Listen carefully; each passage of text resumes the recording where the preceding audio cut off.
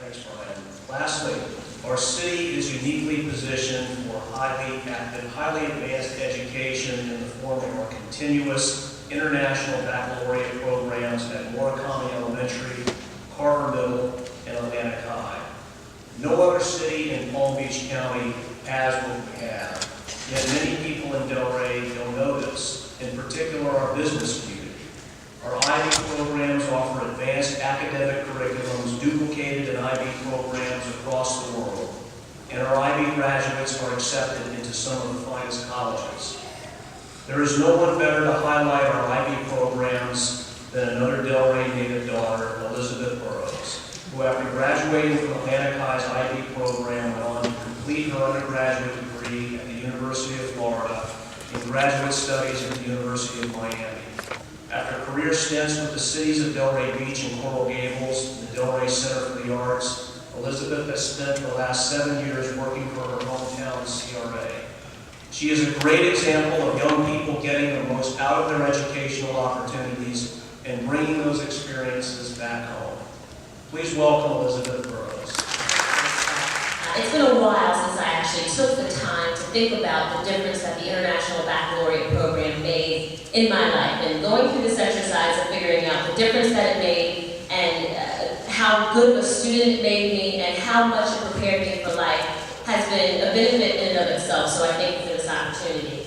I remember when I first got the idea to go to the IB program. It was after a group of high school students came to my 7th grade class to do some early recruiting, and they started talking to us about the IB program and all of the ways that we could benefit. So I went home saying, "Hey, Mom, Dad, I heard about the IB program. I think I want to do that."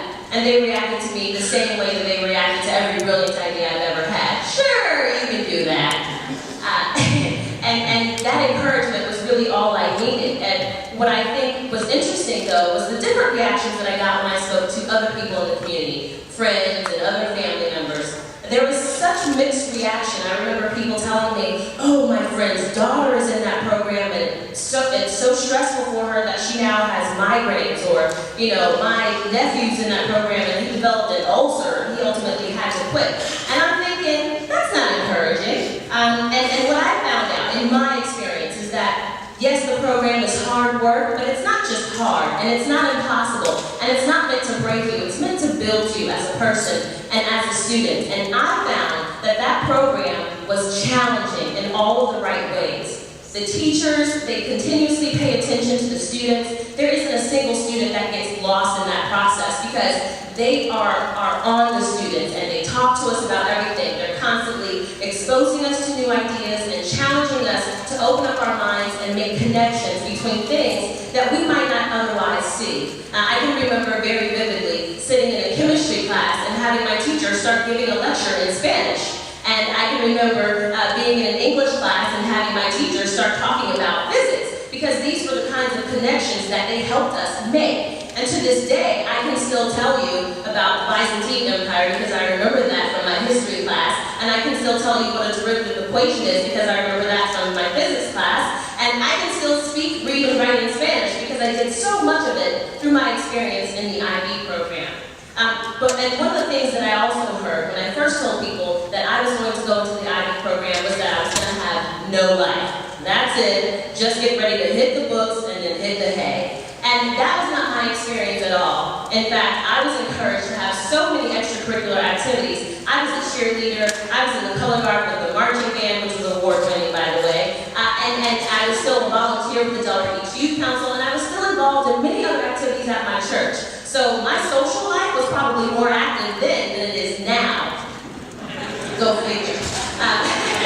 But one of the skills that the IB program embedded in me were skills that have lasted for the rest of my life, including skills like time management, reading and writing, which are critical, and of course actually learning how to study. It's amazing how many students go through school and never really learn how to study. Instead, they learn how to take tests. The IB program taught me that as well, but I really learned how to absorb information and make it useful and relevant to me as a person. As a result, and as a result of all the extracurricular activities I had, in my resume, I was a very competitive college applicant, and I was able to get into the school schools that I wanted to. And I was able to have full scholarships and some additional supplemental scholarships as well.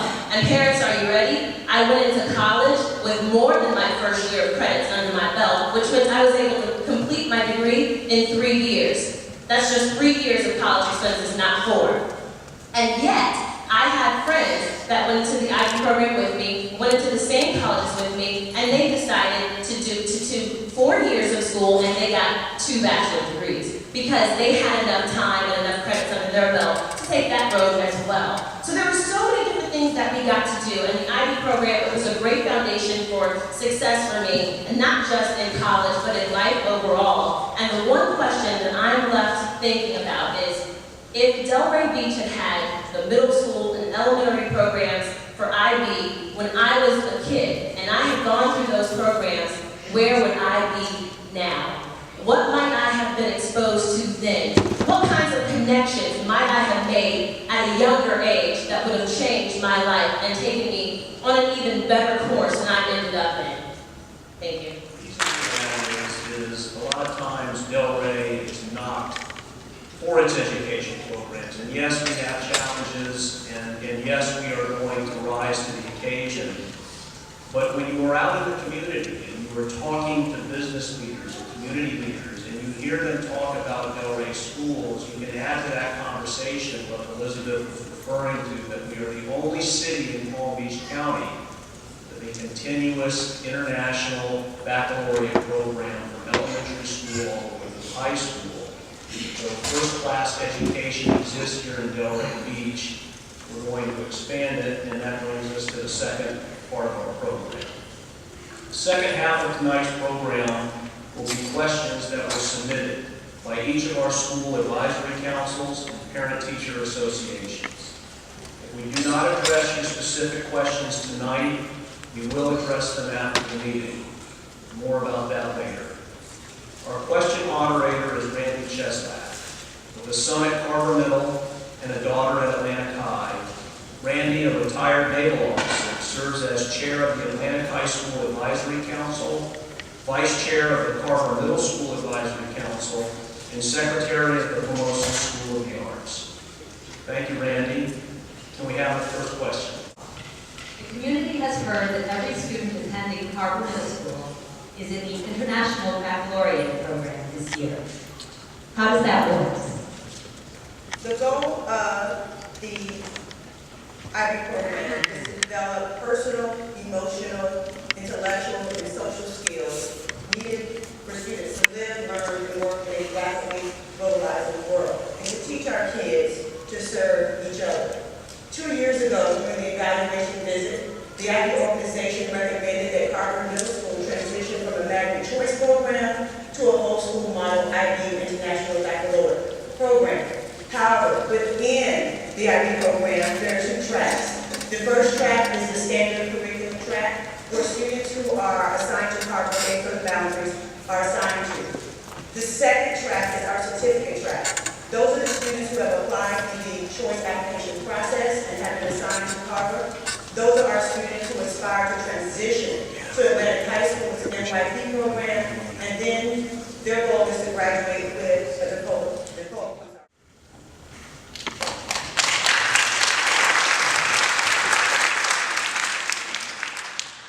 Can parents be required to volunteer a certain amount of hours each school year? This could occur through a PTA or a staff or directly at the school. Would this create more involvement and better communication for all? Principal Sims, please respond. Although not required, parents are strongly encouraged to volunteer in the child's school. Several schools throughout this district have special program initiatives that focus on parent volunteerism and other parent engagement activities. For example, some schools have parent universities. Volunteerism in a school can occur in several different ways, with SAC and PTA being one example. Other examples could include assisting a classroom teacher, reading to a group of students, attending field trips with the school or class, serving as a mentor in a school, and assisting at the school with the school-wide event. All require a clearance process which the school can assist their parent with that process. These certainly create increased parent involvement and communication for everyone. Each school more than likely will have similar or certainly other forms of volunteerism customized to the needs of that school. However, research is clear with regard to parent engagement and parent volunteerism in their child's school, which says the more parents are involved in their child's educational process, the better that child will perform academically in that school.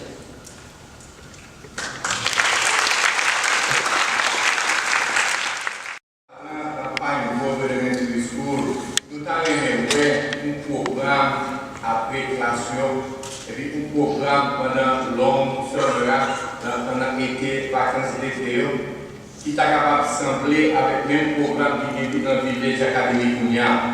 Est-ce que vous pensez que c'est un possible dans le futur? Principal Pizia, your response, please.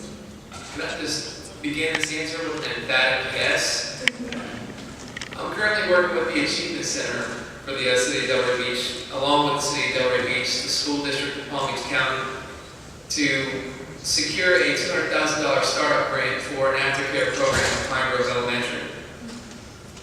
This is only possible because of the collaboration with the city and the efforts that they have put in to bring other entities together to make this happen for our students. I spoke with the community and I understand what the needs are in our capacity and understand that an aftercare program is an absolute need for Pine Grove Elementary and to enriching the success of student achievement. So I will once again give you an emphatic yes.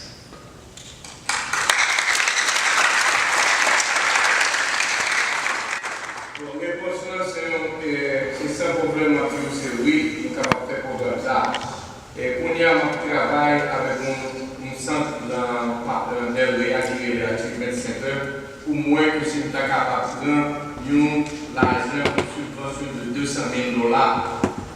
Et le cas comme ça, on va commencer le programme, même avec un programme de après l'école. On est capable de commencer en février 2014 si nous venons avec comme ça. Le programme nous parle exactement même avec le programme qui est dans le village académique.